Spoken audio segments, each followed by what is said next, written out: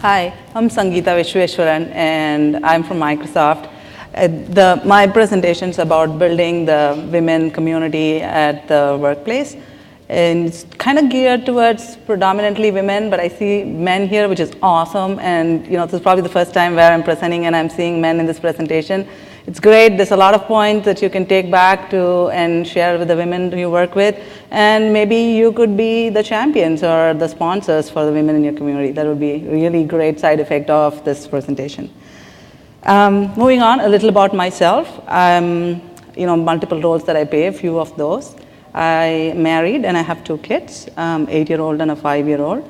I work as a principal engineering manager in Microsoft in the Cloud and Enterprise division. I've been 14 years with the same company, moved around within the company, but predominantly with Microsoft. One of the roles I play is, after a few years in the company, I've learned the benefits of being mentored and also mentoring, and I mentor a lot of women and men in the workplace, and that's kind of what led me into kind of presenting and bringing this whole thing up as, there is a plan. If there's nothing that's in the organization, how do we start something? And my presentation is a very tactical approach about how do we put together something that can be used in any size of organization. And as hobbies, other than the time that I spend playing with my kids, I have started biking. Maybe midlife crisis, I don't know what got me into it, but once I started it, I'm in love with it. I did the Seattle to Portland, and now I bike to work many of the days. Coming from Seattle, it's kind of half the time given the rain. Okay, now to the topic at hand. What do we need this women at work community for? One of the main things that I found at work, and I've heard from a lot of people, is it's important to have this community just to make it a fun and healthy place. Not that it is not a fun and healthy place already, but there are, in general, a big chunk of the women tend to shy away from networking, when they have problems, tend to keep it to themselves. Building this community of women together brings up the camaraderie between them, and they find like-minded individuals and then kind of get the sense of that they're not alone in the industry.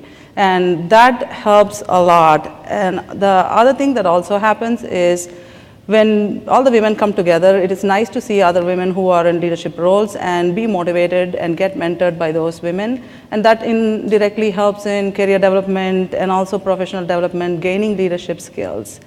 But overall, it is just to have a forum for women to come together, be there for each other, look out for each other, and help develop each other, and also make it a fun and enjoyable workplace.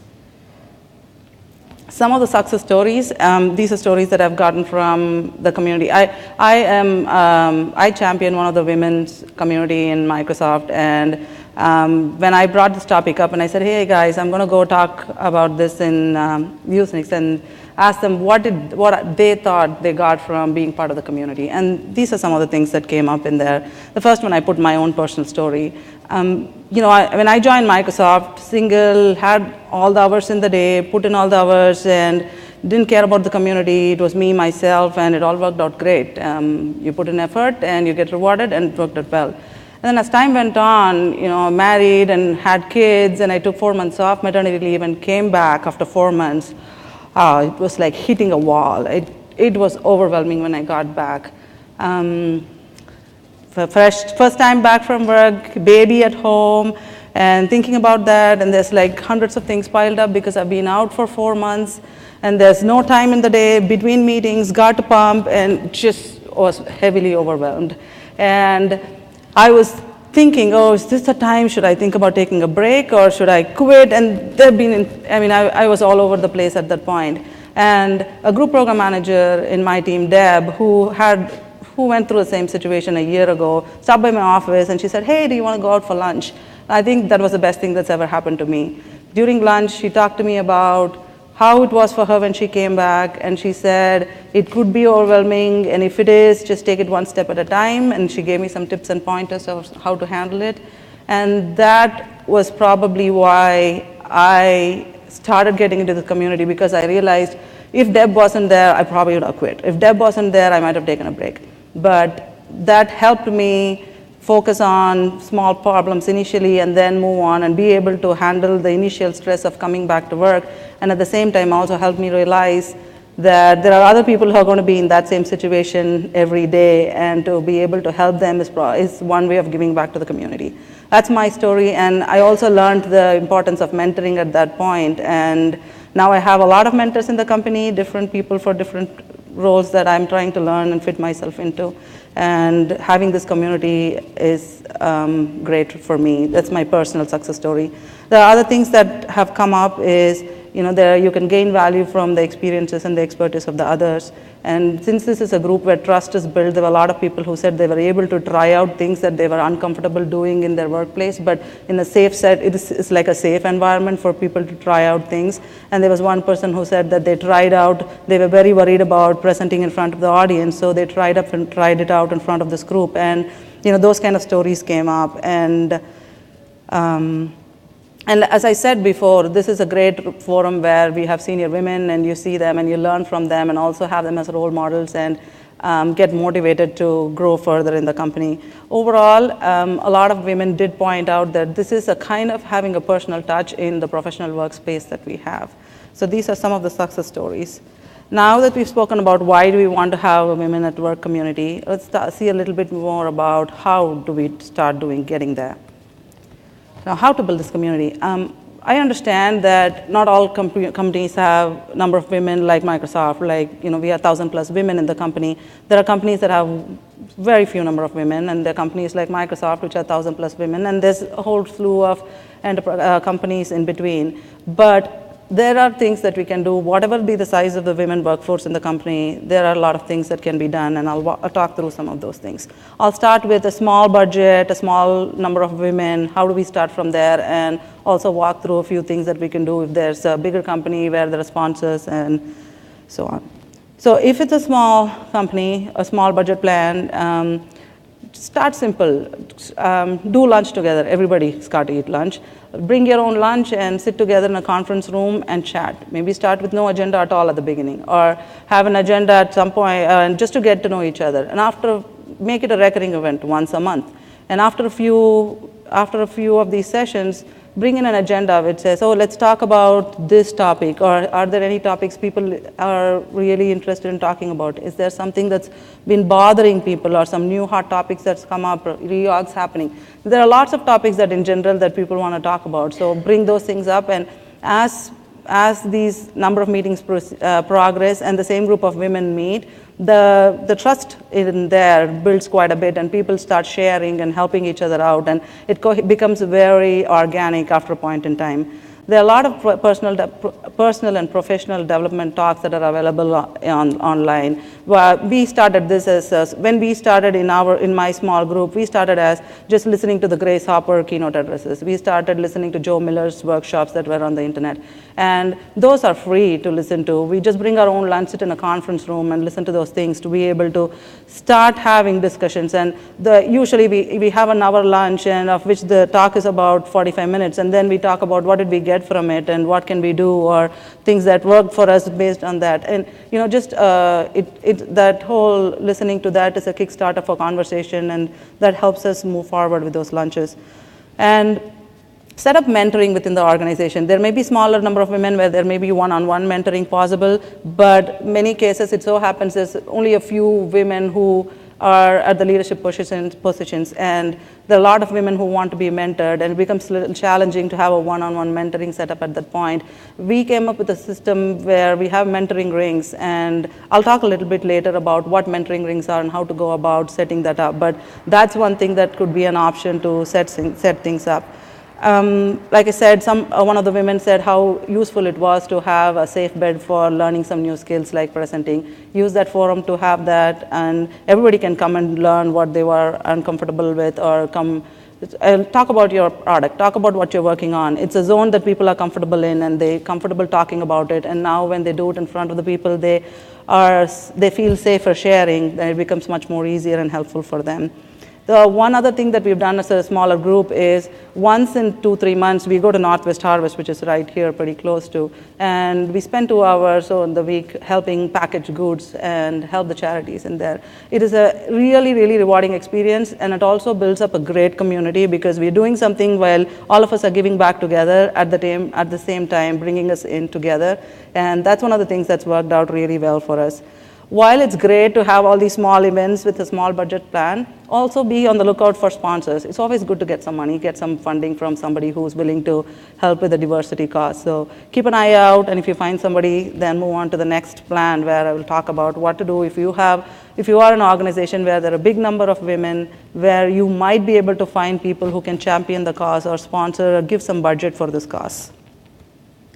All right, bigger organizations where there is funding. Now, before we start about just saying, oh, let's go get some money and let's do something, let's figure out what that something is going to be and who is going to help us get there to that something.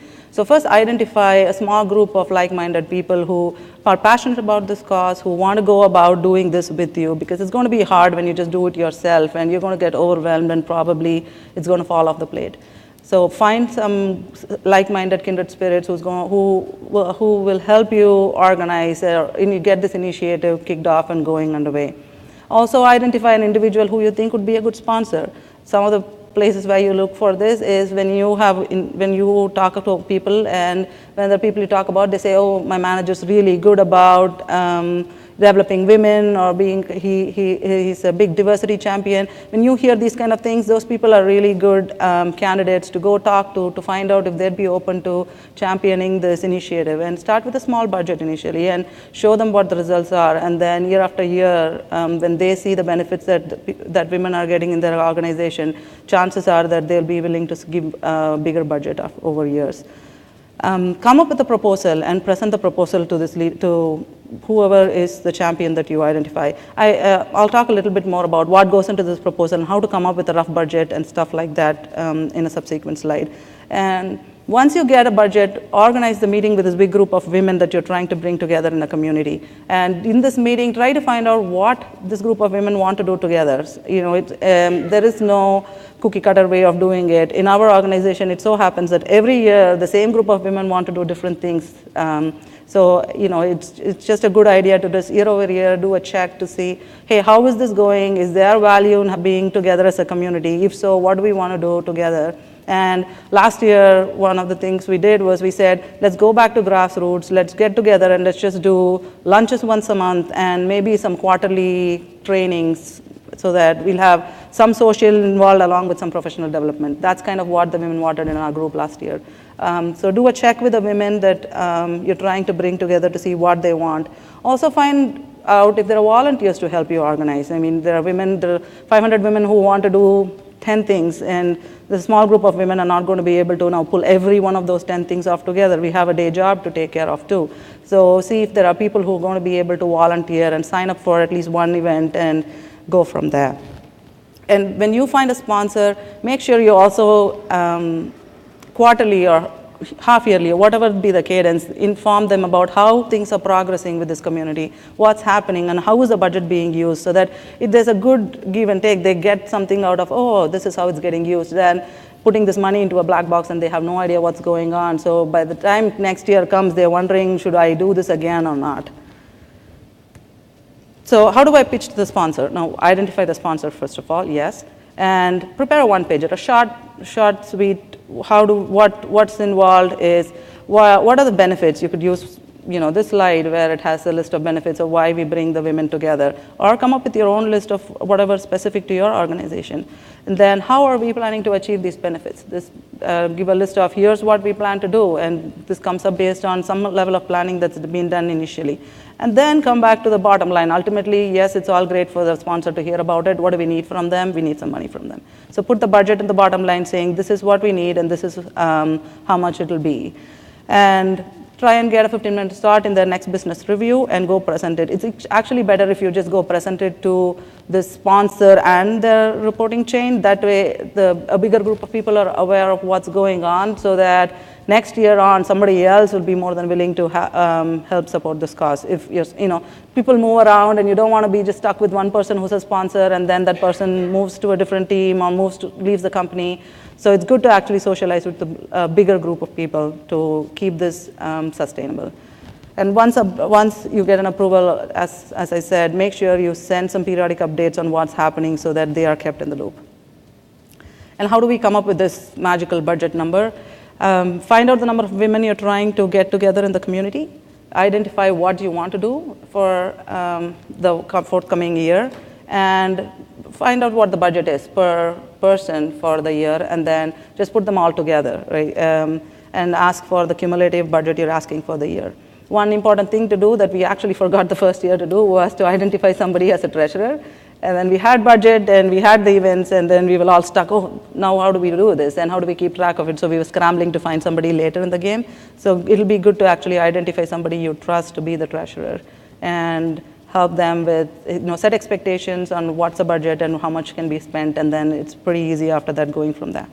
And usually the budget's always for the whole group of women, but almost always there's no 100% attendance. And so there is almost always an excess at the end of the year. A nice thing to do would be to have a panel discussion or have something, have an event together with all the women and the exec sponsor. That way the women get to connect with the person who's been championing their cause, and at the same time the sponsor gets to hear from the people that he or she has been helping champion and get a lot from it. So it's a good bringing together and a good way to finish the year in general. Now, if you have more budget, there are a few other things you can do along with the ones that we spoke about, which you could do with a small budget plan. You could definitely do what's in the small budget plan, but you also now have more room to be able to do workshops or professional and personal development. You could bring in speakers, executives from different organizations or from your organizations. You could do it even with a small budget plan, but now you could actually let's do a breakfast series with the VP, or so we could also provide or cater it at that point. And one thing that happens in Microsoft, which is really nice, is the program is called 1 Degree, and the reason for it being called 1 Degree is I come from Cloud and Enterprise, and there are about 1,000+ women in there. The goal of this program was to see if between any two women in the division, there's only 1 degree of separation. And how we went about doing that was any individual, we had some budget allocated to that, and any individual in the organization can start an event, and the budget of the event was $25 per person, and they could go up to 20 people for the event, and they could say, hey, let's go bowling, or let's go painting. And it's opened out to all the women in the division, and anybody who's got the time, who's got interest, will go sign up, and it's the first come, first serve, and they all go together and do this event together, and it brings this group of 20 women together. And then somebody else starts another event with 20 people, and then a different group of 20 women get together, and with all this mixing around, this if not we got to 1 degree, I'm sure we're at least about 2 to 3 degrees of separations at this time. So that's a great program that we were able to use some of our budget for. That way, there's no one person who's now said to go do this and drive this. It's just open to anybody, and it's up to each individual to be able to go drive it and bring the community together. One of the other things that we have done using the bigger budget is to be able to sponsor women going to the conferences, and that helps with outreach. And then also help provide some of the leadership training, which are usually on the higher end. I did talk about mentoring rings on both the plans, and I'll give a little bit more details on how we did mentoring rings. There are multiple different ways of doing it. I'll talk about one way that we did it. This is to help where it's hard to get one-on-one mentoring to be done in an organization. So what we did is we tried to group together 10 to 12 people who had similar things that they wanted to be mentored for. Some people wanted career development, some people wanted technical growth. And so we put them together, and we identified 2 mentors who were experts in that area, and we brought them together, and we said, you guys are now on your own, you have a year to go learn from each other. And it was up to the mentees to drive the meeting. The mentors were just the facilitators. Usually the first meeting, they all got together and they talked about all the topics that they were interested in discussing, and put it on the board and come up with a prioritized list. And every month a topic was chosen, and that was discussed. Every month a mentee was assigned to be the one that comes up with the questions for the topic, and and based on how I've seen it go, after the first 1 or 2 questions kickstarts the conversation, and then it just goes on, because when they trigger somebody, of all the 10 mentees in there, somebody says, oh, I've gone through it, and here's how I did it. And almost always, the mentor doesn't even have to intervene or give pointers. They help each other out. This is to facilitate that level of networking, and also to be able to have mentoring from somebody who's an expert, who can give some expert guidance, and learn from that side also. Now, this is not specific to women. This was started as a women initiative, at least in our division, and then now it's been adopted throughout Microsoft and the whole division, and it's been broadly adopted, and we have mentoring rings in the division than just specific to women, but something that could be started as just a women thing. I did have a slide on some of the things that we have done in the past, just to show that, things that we do tend to have fun. So, oops. Yes, there we go. So, but since we got some budget, we have a quarterly dinner that we have, and we bring one of the execs to talk about what's going on, what are their top things in their list of concerns, and then we have usually dinner together. This was from one of our quarterly dinners. I'm just going to quickly breeze through.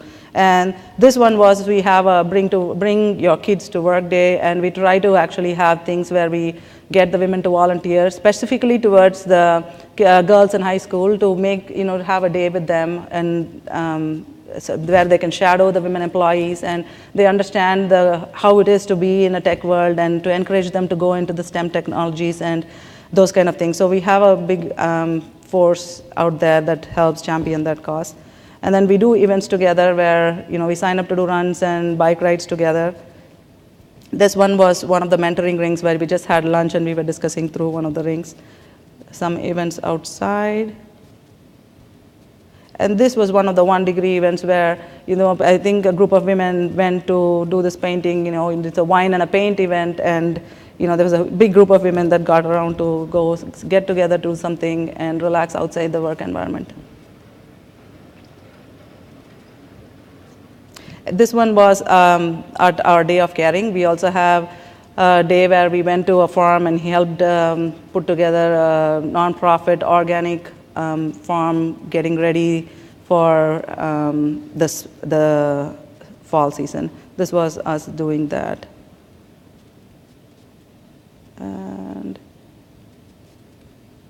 And this is, when I did the STP, I was so satisfied at the end of it that I put up a program together the year after for any women who were interested in just biking. And I was open to anybody who just know how to bike or who professional bikers to just get together, do a bike around the campus once a week, and then we all train to do the flying wheels, which is a ride. You can sign up for a different mileage. And about 8 of us did it together after a group of training, and that was really good to get together with, and no budget, nothing at all, just bringing a group of women together, and we were able to there were about 4 women who trained to do the 100 miles together, and the other 4 who were first-time bikers were able to do 65 miles together in a matter of 2 months. Okay.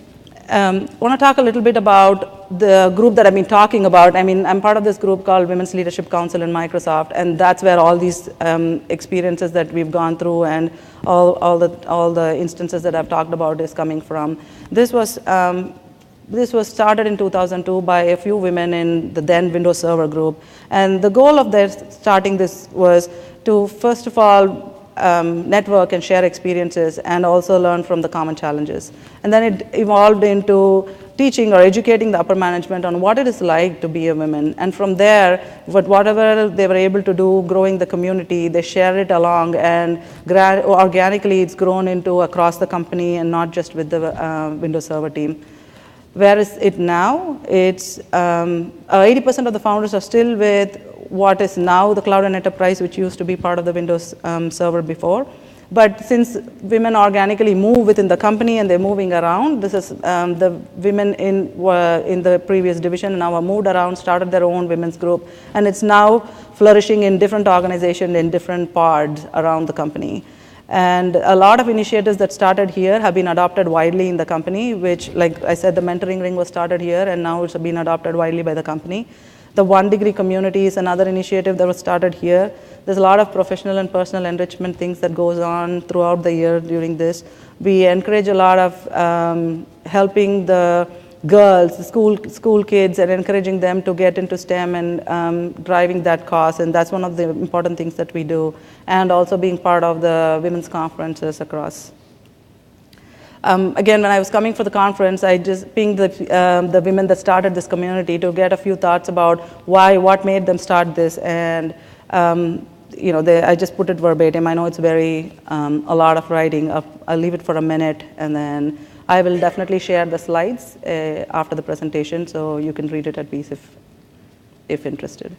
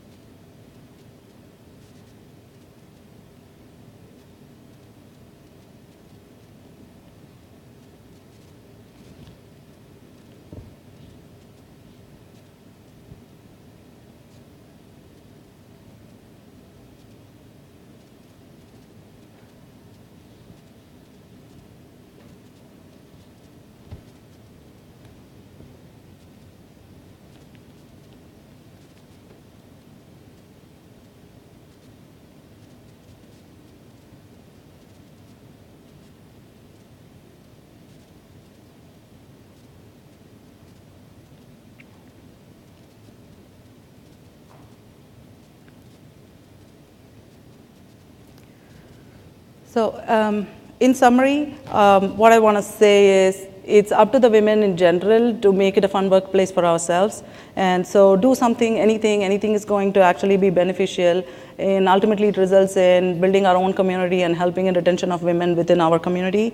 And I have learned it, and I've also heard it from a lot of people. Do something that you feel passionate about. Don't do it just because somebody asked you to do it. Don't start something because your manager told you to do so, or somebody says you have to do it. Do something that you feel passionate about, and do to the extent that you feel passionate about. That helps in sustaining this for a longer period of time. I've seen a lot of women's groups start and drop off the face of the earth very fast just because it was started for the wrong reasons. Do it for the grassroots reason. If you keep it at a zero agenda, let's just start it for bringing women together. It's not for increasing the number of women in the company. It's not for retention. It's just to bring women together and have a forum for them to be there for each other.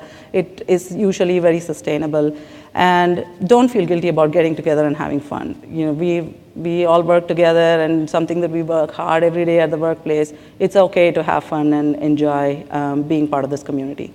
I also have a few references about other companies that are trying to adopt being the women at work community. I read an article about Square trying to do the same thing, very similar to what we've been doing. And if it's an organization that you are in where there are not enough women or not a lot of women who are passionate about this cause, or you want to do cross-pollination, you want to do this across companies, then there's this group called Sisters, and you can go to that link in there to find out the Sisters organization that's closer to where you are and be able to connect with the technical women in your areas. And with that, that's all I have, and I'm open to any questions.